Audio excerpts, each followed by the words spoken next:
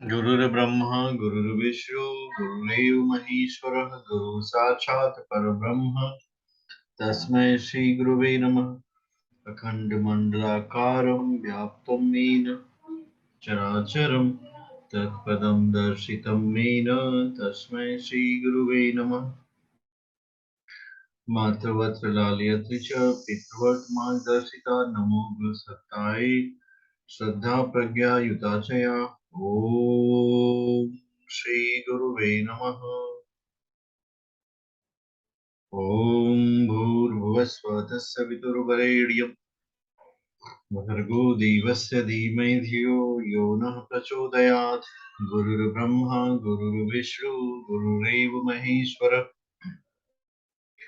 गुरु साक्षात् परब्रह्म तस्मै श्री गुरुवे नमः।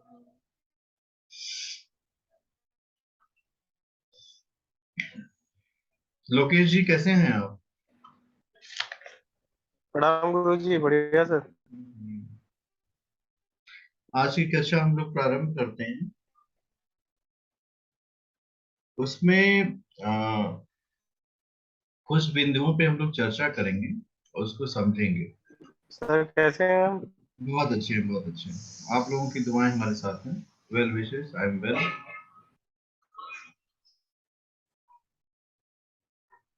सबसे पहले कुंडली को बनाना आप लोग सीखिए, उसकी प्रैक्टिस किया करिए। आपको आए तो भी बार बार प्रयास करिए। जितना बार प्रयास करेंगे तो उतना परफेक्ट होना है। एक व्यक्ति अगर सतत रूप से प्रयास करता है तो अच्छा प्रयास ही जीवन में सफलता दिलाता है। कुछ दिनों का अभ्यास अगर आप करेंगे तो आंखें बंद रहेंगी तो भी आपके बहुत सारे भाव आपको अपने दिमाग में आ जाएंगे। उन भावों का हमें करना क्या है, उसका यूटिलाइजेशन क्या है, उसकी उपयोगिता क्या है। तो निरंतर अभ्यास करने का प्रयास करिए।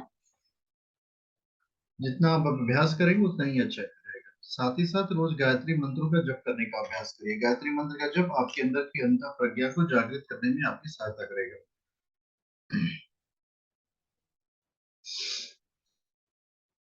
आप लोग इसको बनाओ। ये क्लास देखिए बिगिनर्स की क्लास है, तो इसलिए मुझे हर चीज को स्पष्ट करते हुए बनाना है। जैसे ये पूरा कोर्स कंप्लीट होने के बाद आप लोग एटलीस्ट कुंडली का 15 मिनट का विश्लेषण कर सकें आप लोग।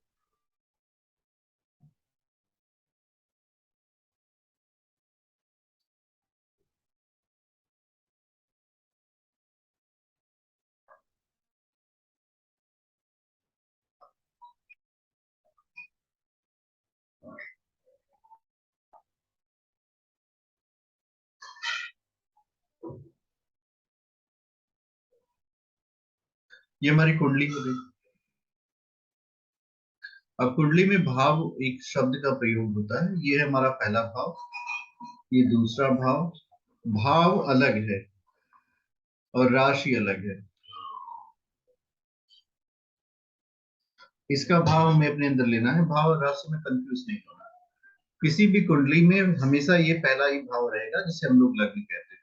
ये दूसरा, ये तीसरा, चौथा, पांचवा, ये छठा भाव है, ये सातवां है, आठवां है, ये नौवां है, ये 10वां है, ये 11वां है, ये 12वां। इन 12हों भाव जो है, भाव कितने होते हैं अगर कहा जाए तो भाव हमारे पास 12 भाव। एक बिंदु है जिसपे आप लोग अपना ध्यान आकृष्ट करिए। हर भाव का 12वां भाव विरोधी भाव होता है। किसी भी भाव का, किसी भाव का 12th विरोध करेगा उसका। फॉर एग्जाम्पल यहाँ पे ये देखिए, ये आपका शरीर है, जन्म हो गया ना। अब इसका 12वां ये क्या हो जाएगा? हाँ जी, मृत्यु है। उसी तरह ये पंचम भाव जो है, देखिए, प्रेम, शिक्षा, संतान, इन तीनों बातों की जानकारी आपको पंचम भाव से मिलती है। अब इसका विरोधी भाव कौन होगा? चतुर्थ भाव।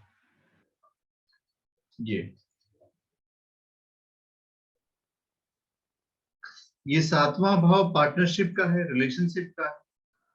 तो इसका विरोधी भाव कौन है? ये छठा भाव। नवम भाव भाग्य का है, तो दुर्भाग्य कहाँ है? अष्टम में है। हर भाव का 12वां भाव उसका विरोधी होता है। इस बात को आप लोग अपने मन मस्तिष्क में हमेशा बैठा के रखो। इससे होगा क्या? इससे हमारे जो प्रिडिक्शंस होंगे उसमें सूक्ष्मता आने लगती है। जिस जिस भाव की के आपको प्रिडिक्शन करने हैं,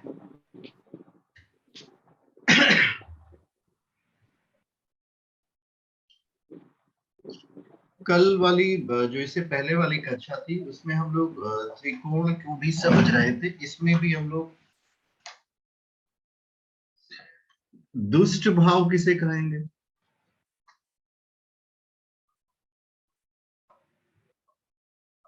इसको दुष्ट भाव भी कह सकते हैं, दुख भाव भी कह सकते हैं।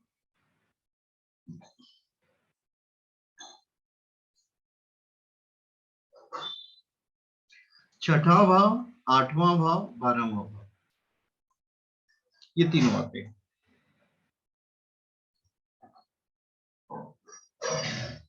एक और शब्दावली का प्रयोग किया जाता है जिसको हम लोग बोलते हैं पड़फर।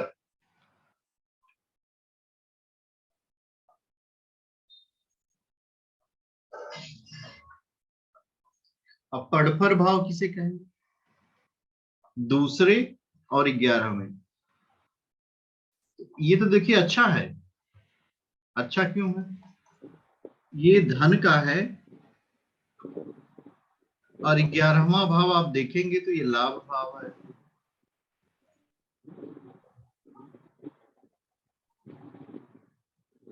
एक और होता है जिसमें कॉम्बिनेशन है, इसको बोलते हैं आपो क्लिम भाव।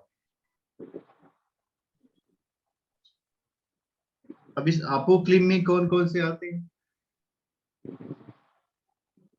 तीसरा, छठा, नौवां, 12वां।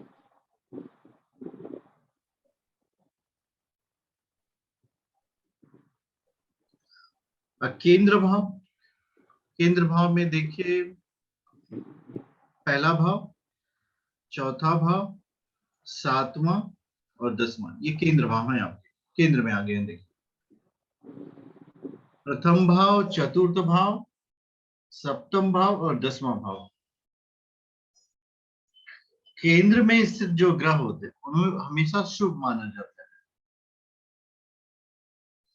ये दशम भाव जो है, 10th हाउस, ये इसके स्वामी को कर्मिश कर, क्योंकि ये कर्म भाव को डिपिक्ट करता है। अब कर्मेश की स्थिति जैसी भी होगी, वह उस व्यक्ति को के कर्म को बताएगी। आइए आपका इस प्रैक्टिस करते हैं कुछ, इसको कैसे यूज करेंगे।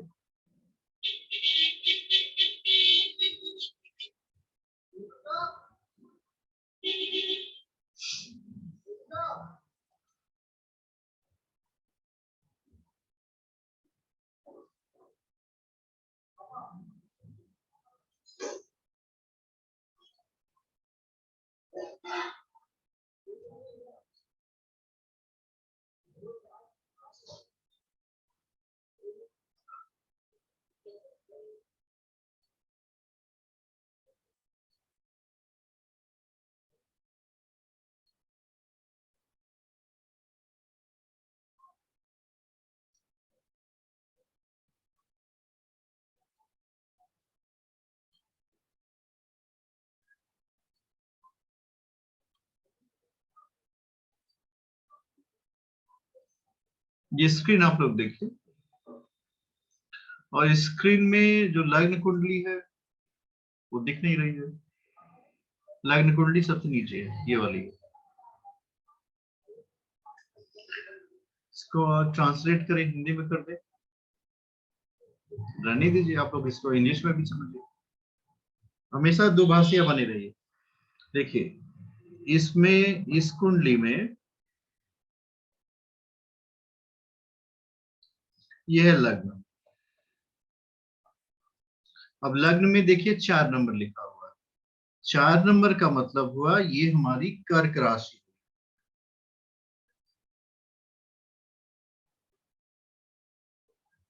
तो सबसे पहले इस भाव को देखना है। अब चंद्रमा को ढूंढिए, चंद्रमा कहाँ?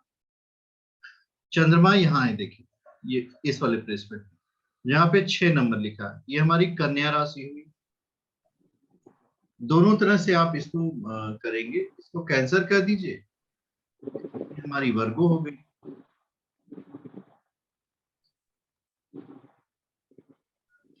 देखिए पहले भाव को के स्वामी को हम लोग बोलते हैं प्रथमेश। एक ये शब्दावली का प्रयोग कर सकते, इंग्लिश में बोलना चाहें तो बोल सकते हैं लॉर्ड ऑफ फर्स्ट हाउस।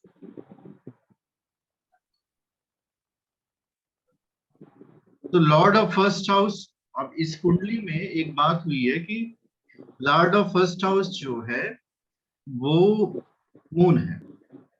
वो है कहाँ पे? देखिए वो है तृतीय भाव में।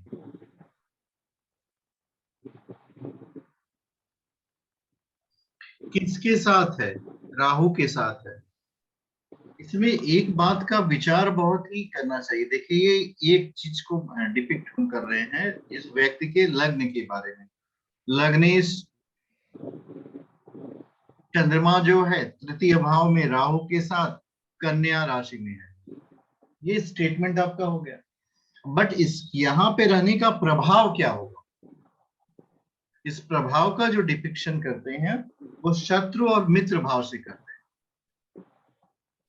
कन्या राशि जो होती है वो बुध की अपनी राशि। अब बुध और चंद्रमा, इन दोनों को आप कंपेयर करिए, दोनों में शत्रुता है कि मित्रता है? अगर बुध और चंद्रमा आपस में मित्र होंगे तो चंद्रमा वहां पे अच्छा फल देगा, यानी व्यक्ति का शरीर स्वस्थ होना चाहिए। वहीं अगर चंद्रमा, ये बुध एक एग्जाम्पल हम बता रहे हैं, ये किसी भी लग्नेश के साथ आप कंपेयर करें, अगर वह शत्रु के राशि में है तो अच्छा फल नहीं देगा। यहाँ पे समस्या क्या आ गई है कि लग्नेश व्यक्ति का राहु के साथ कंजंक्शन कर चुका है, तो चंद्रमा और राहु का ग्रहण दोष बनता है। जब भी आप देखेंगे कि राहु सूर्य या चंद्रमा के साथ आए तो उसको अपने मन में बिठा लीजिए, ये ग्रहण दोष बन ही बन रहा है। ऐसे जातक को जीवन में संघर्ष करना पड़ेगा अपने आप को स्थापित करने के लिए। बाकी की चीजों को हम नहीं देख रहे हैं, सिर्फ लग्न को देखिए। एक और कुंडली हम आपको दिखाते हैं।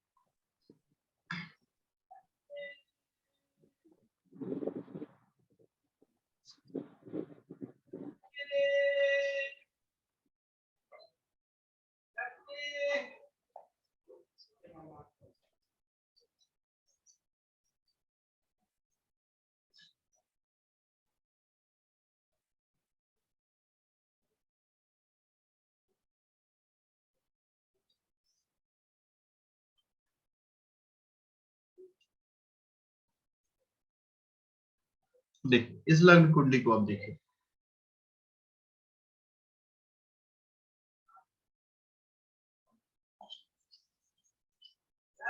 हम प्रारंभ करेंगे लग्न से, लग्नेश को समझेंगे। इस कुंडली का जो लग्न है वो 8 नंबर है, जिसको हम लोग होंगे वृश्चिक राशि। वृश्चिक राशि का स्वामी हुआ मंगल। अब लग्नेश कहाँ है, सर्च किया जाए तो लग्नेश यहाँ पे आ गया, 22 डिग्री का है, 22 डिग्री का लग्नेश है। और है किसमें वो, 7 नंबर की राशि में, तुला राशि में। इसी में अगर आप भाव को जोड़ लें तो देखिए लग्नेश जो है व्यय भाव में आ गया। जो हमने पढ़ाया था ना, पहले का विरोधी 12वां होता है। और राहु लग्न में बैठ गया। राहु को छोड़िए, लग्नेश से चर्चा करते हैं। लग्नेश जो है मंगल शुक्र के घर में, 12वें घर में। और हम लोगों ने पढ़ा है 6, 8, 12 घर अच्छे नहीं माने जाते। इस भी जातक को अपने जीवन में संघर्ष करना पड़ेगा, किस लिए, शरीर के लिए। साथ ही साथ जो राहु की स्थिति है लग्न में बैठी हुई, यह इस व्यक्ति को काफी महत्वाकांक्षी बना देगी। एम्बिशन लेवल काफी हाई होगा, क्योंकि राहु इतने विचार दे देगा कि यह व्यक्ति अपने आप को नियंत्रित नहीं कर पाएगा। जो कंट्रोल होगा बिल्कुल नहीं हो पाएगा।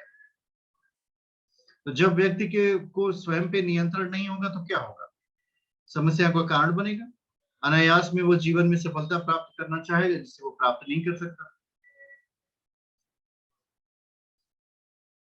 एक और विषय है जिसको आप अपने अपने पास रख लीजिए, 2 मिनट के लिए काम आएगा। वो है राशि।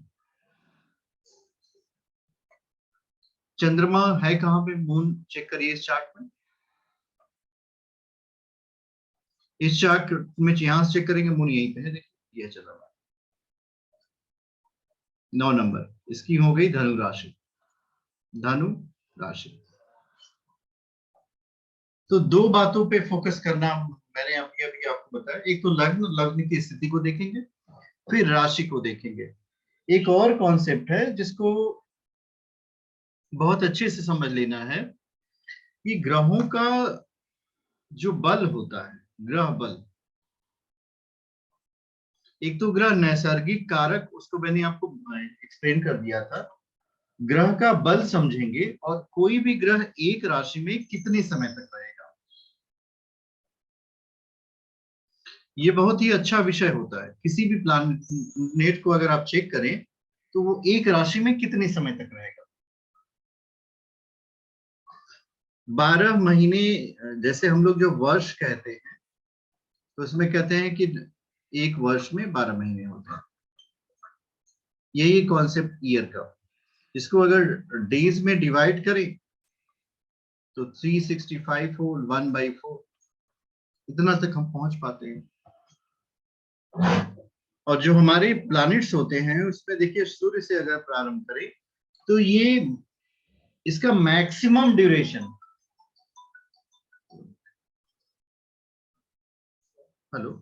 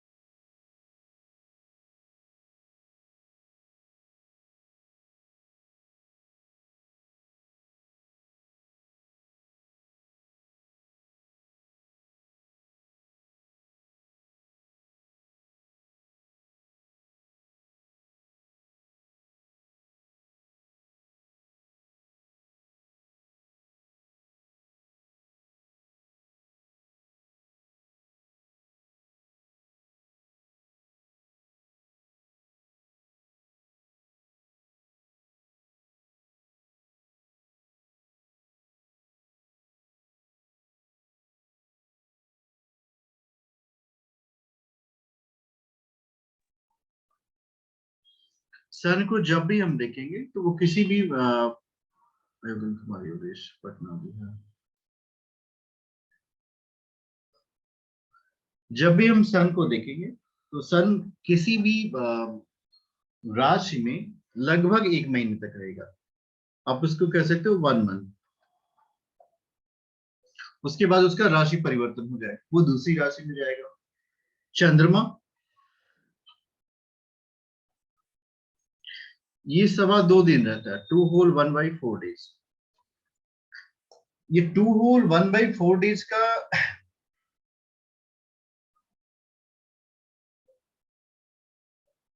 जो कॉन्सेप्ट है कि सबसे ज्यादा किसी व्यक्ति के का गोचर व्यक्ति को प्रभावित करेगा मन को, तो वो चंद्रमा करेगा। चंद्रमा की जैसी स्थिति होगी वैसे ही उस व्यक्ति की मन स्थिति होगी। कभी कभी आप लोग देखना इस बात को, जो तंत्र साधना करते हैं अमावस्या को करते हैं, और जो सात्विक साधनाएं करते हैं वो पूर्णिमा के दिन करते हैं, जिस दिन चांद पूर्ण होता है। अब इसका भी संबंध व्यक्ति की मन स्थिति से होता है। जब आपकी मन स्थिति सकारात्मक हो तो सात्विक साधनाएं चलती हैं, जब मन स्थिति नकारात्मक हो तो नकारात्मक साधनाएं की जा सकती हैं। मंगल लगभग 45 दिन एक राशि में रहता है।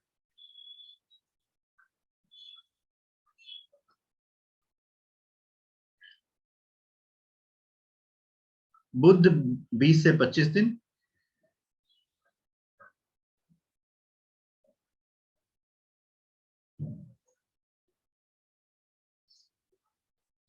गुरु लगभग 13 माह,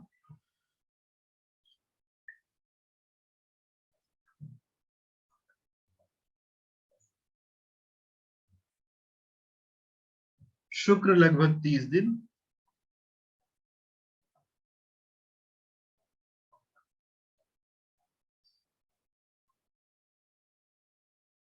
शनि 30 मंथ,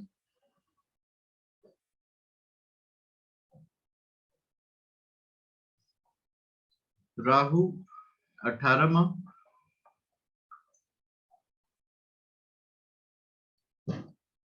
केतु भी 18 महीने। तो इसमें देखेंगे सबसे slow, which one is the slowest? So slowest among all these is Shani. Shani. तो शनि का गोचर जो होता है काफी समय लेता है। अब उसी तरह चंद्रमा का गोचर जो है बिल्कुल समय नहीं लेता, 2 होल 1/4 डेज में चेंज हो जाएगा। अब इस गोचर का भी व्यक्ति के जीवन पर व्यक्तिगत प्रभाव पड़ता है। जब एक टर्म यूज करते हैं गोचर, उसको इंग्लिश में बोलते हैं ट्रांजिट। अक्सर जातक पूछेंगे आपसे कि हमारा सूर्य का गोचर हो गया 17 अगस्त को, अब हमारे ऊपर इसका क्या प्रभाव पड़ेगा। तो अब गोचर का प्रभाव देखने के लिए उसमें आपको लग्न कुंडली जो बनती है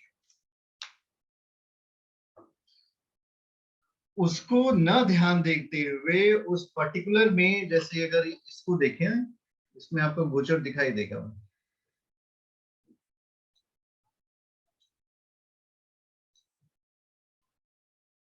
ये देखिए, ये ट्रांजिट टुडे लिखा हुआ है, इसकी लैंग्वेज को बदलते हैं, हिंदी करते हैं। देखिए लिखा है ना, आज का गोचर। ये जातक जो है जिनका जन्म है 20 अक्टूबर 1993, 10:22 भावनगर। अब आज के गोचर में देखिए, इनका जो मून है चंद्रमा, ये आज का गोचर। चंद्रमा कर्क लग्न में, कर्क राशि में है, शुक्र के साथ कंजंक्शन किया। व्यक्तिगत प्रभाव क्या होगा, आज ये व्यक्ति जो है बहुत रोमांटिक मूड में होगा, क्योंकि चंद्रमा शुक्र में, जो मन है उसका अब बड़ा अच्छा है। कुछ चीजें देखिए आपको किताब में ढूंढने से नहीं मिलेंगी, वो आपको अपने से समझना पड़ेगा। व्यक्ति का मन शुक्र में घुसा, दोनों एक साथ हो गए, जोड़ दिया शुक्र के साथ। मन हमने सुख के साथ जोड़ा, तो रोमांटिज्म में ही होगा, व्यक्ति सुख सुविधाएं ले रहा होगा या उसके बारे में सोच रहा होगा। अब इसी गोचर को अगर आपको देखना हो कि उसके अंदर भक्ति भाव होगा कि नहीं, तो आप यहां देख लीजिए 12वें का केतु, व्यक्ति डिवोशनल होगा इस समय। तो गोचर का भी बड़ा महत्व होता है। गोचर की कुंडलियों को आपको लग्न के ऊपर व्यवस्थित करके उसकी प्रेजेंट की कंडीशन को बता देना, और इस गोचर को समझने के लिए ये भी जानना परम आवश्यक है कि किस प्लैनेट का की पोजीशन किस जगह पे कितने समय तक रहेगी।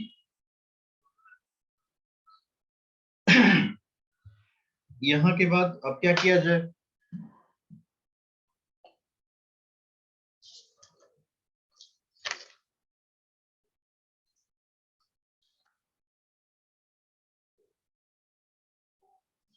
इसके बाद एक बहुत ही महत्वपूर्ण विषय है, वो मतलब यू कैन नॉट इग्नोर, आप उसको इग्नोर नहीं कर सकते।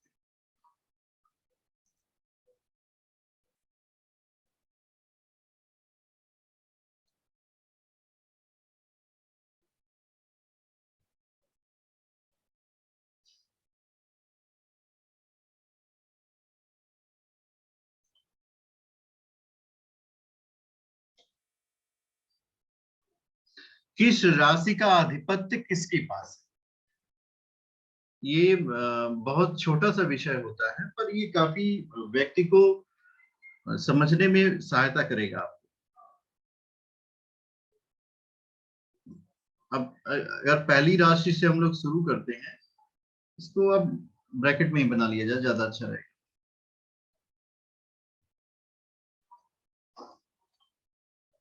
एक चार्ट ड्रॉ करिए आप लोग।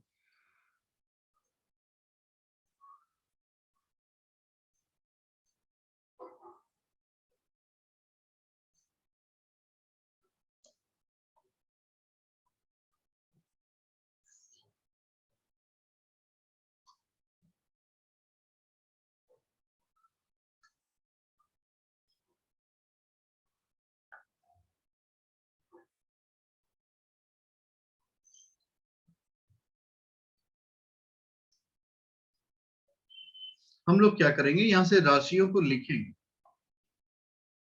मेष लिख लीजिए, मेष, वृषभ, मिथुन,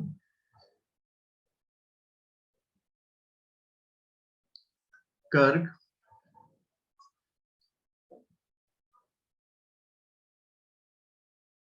सिंह,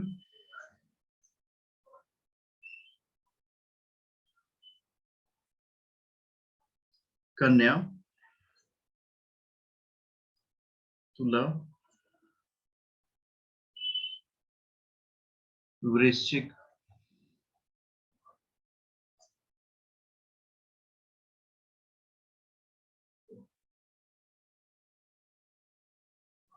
धनु,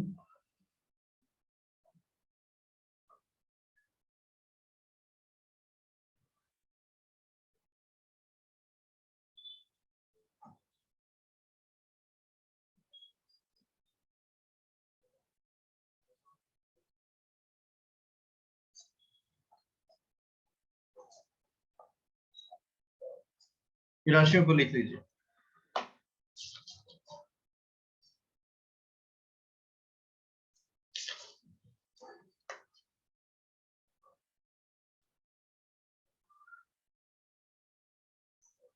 मेष राशि का जो स्थान होता है, व्यक्ति का मस्तिष्क होता है।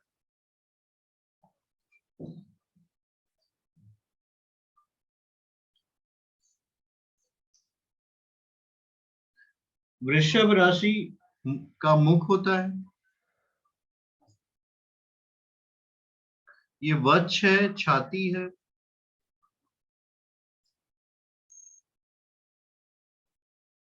कर्क राशि हृदय है, ये गर्भ है और पेट है। कन्या राशि कमर है। तुला राशि मूत्र के अंग है।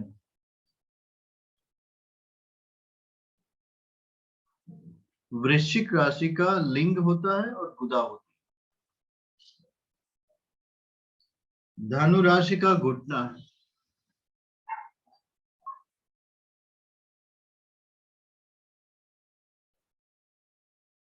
धनु राशि जंघा है, धीरे धीरे नीचे उतरते हैं हम लोग।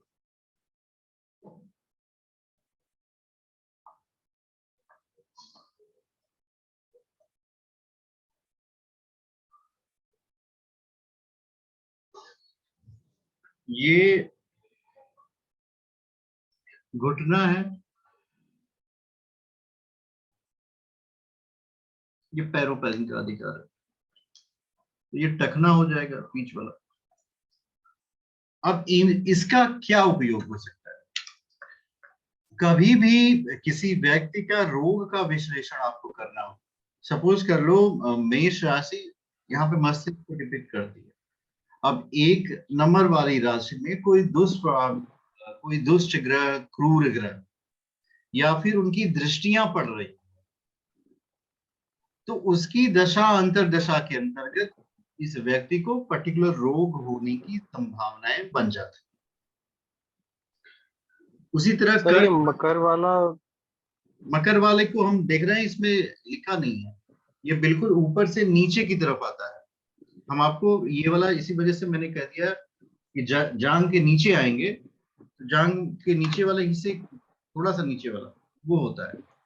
इसको हम सर्च करके आपको बताएंगे कि एग्जैक्टली है क्या।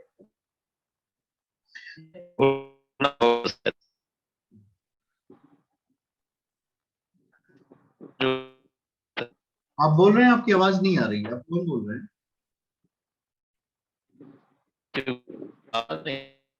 आपकी आवाज स्पष्ट नहीं आ रही है। लोकेश जी बात कर रहे हैं? नहीं सर। आप नहीं। कुछ क्षण के लिए शांत रहे। जहां ये क्वेश्चन मार्क वाला जो हिस्सा है, हम इसको एक्सप्लेन कर रहे हैं, ये कहां से आ रहा है इसको। सो होगा क्या है कि इस इन पर्टिकुलर राशियों में जब भी कोई वेद विभेद, देखिए जो हमारा एक डिवीजन था देव ग्रह और क्रूर ग्रह, उसमें से जब भी क्रूर की कोई भी दशा दृष्टि इन सब पे पड़ती होगी तो वो उन अंगों को प्रभावित करेंगे। जब विंशोत्तरी दशा में हम लोग पढ़ेंगे, कारण क्या होता है, एक व्यक्ति में कोई भी रोग अनंत काल तक नहीं हो सकता। अब मान लो किसी की कर्क राशि प्रभावित है, तो इसका तात्पर्य यह नहीं है कि वो अपने जीवन काल के संपूर्ण काल में हृदय से पीड़ित होगा। उस पर्टिकुलर ग्रह की दशा, महादशा, अंतरदशा, प्रत्यंतर, ये जब सब मैच करेंगे तभी होगा। अब पता चला कि उस पे किसी अच्छे ग्रह की दृष्टि आ रही है, तो रोग के कारक जो होंगे वो प्रभावी न होकर के व्यक्ति को अच्छे की तरफ लेके चलेंगे।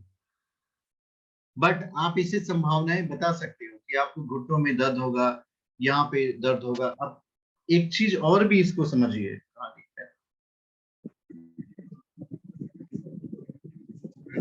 लग्न के स्वामी की स्थिति अगर छठे घर में चली गई है, अब वहां पे लिखा है देखिए कमर, ऐसा व्यक्ति से अगर आप पूछेंगे कि आपको कब्ज रहती, कॉन्स्टिपेशन रहता है, वो तुरंत कहेगा हाँ पेट में हमको समस्या है।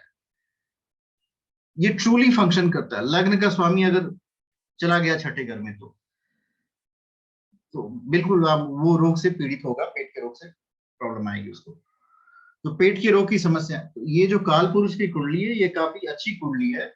इस काल पुरुष की कुंडली को आप बहुत ही अच्छे ढंग से समझने का प्रयास करिएगा। जब आप अच्छे से समझेंगे तो गुरुजी एक क्वेश्चन पूछ सकता हूँ? पूछिए पूछिए।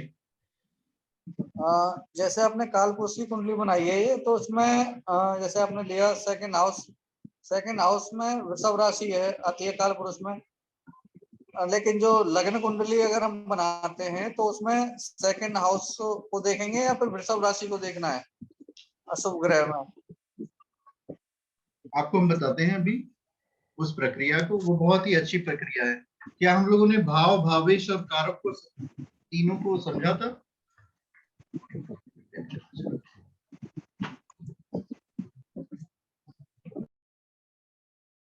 भाव, भावेश, कारक।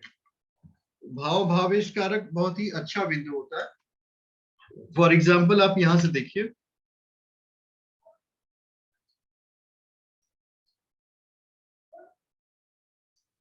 यहाँ से देखो।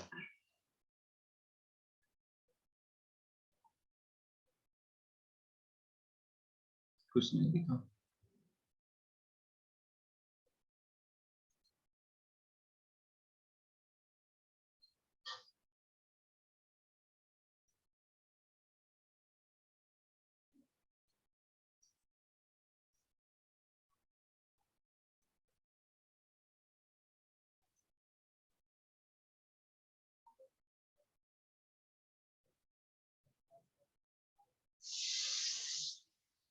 जैसे ये कुंडली आपने देखी, देखिए ये है लग्न कुंडली। अब इसमें लग्न कुंडली में आपको क्या जानना है कि धन भाव किससे प्रभावित होगा, यही प्रश्न था आपका ना। धन भाव में देखिए यहाँ 9 नंबर लिखा हुआ है। 9 नंबर का स्वामी क्या हुआ, ये धनु लग्न हुआ, धनु राशि हुई। अब इसका स्वामी हुआ गुरु। सो इसके धन भाव का कारक गुरु हो गया। ये इस व्यक्ति की कुंडली के बेसिस पे है। पर क्या गुरु धन का कारक होता है? नहीं। पर कुंडली में एक कारक गुरु भी होगा। अगर गुरु बलवान हो गया तो ये धनेश है इस कुंडली का। धन का मूल कारण जो होता है वो शुक्र के पास आता है। अब आप शुक्र को अभी चेक करिए, शुक्र इस कुंडली में कहाँ है? शुक्र यहाँ है। क्योंकि आपको एक विषय पे फोकस करना है कि ये पर्टिकुलर जातक धन के हिसाब से इसकी स्थिति क्या होगी। तो पहले तो हम धन भाव के कारक को देख लेंगे, गुरु को, फिर धन का जो नेचुरल कारक है वो है शुक्र। इन दोनों की स्थितियां बताएंगी कि व्यक्ति कितना अच्छा काम करेगा। अब ये दोनों बड़े अच्छे हैं, लेकिन कर्म का कारक जो है, धन तो ऐसे आएगा नहीं कि ऊपर से गिर जाए। धन तो दो तरह से आता है, या तो व्यक्ति के पास पैतृक संपत्ति हो, पीछे से आ गया एंसेस्ट्रल प्रॉपर्टी, या फिर उसका कर्मेश बहुत बलवान हो, तो वो आपकी पूरी कुंडली जुड़ जाएगी इसमें। आप मेरी बात समझ पा रहे हैं कि नहीं? जी सर। बिल्कुल। तो इसी तरह हम लोग जोड़ते हुए चले जाएंगे। अब अगर मान लीजिए उस व्यक्ति का कर्मेश बहुत बलवान है, तो आप धन भाव के कारक को भी इग्नोर कर देंगे, कहेंगे तुम आप जो है अपने परिश्रम के बल पे इतना धन अर्जित कर लेंगे कि आपकी सारी इच्छाएं पूरी हो जाएंगी। बहुत ही अच्छा आपका प्रश्न था। 1 मिनट हमारे इस वाले सेशन को बचा हुआ है। 1 मिनट में हम देखते हैं किसी एक विषय को आपको और बता दें।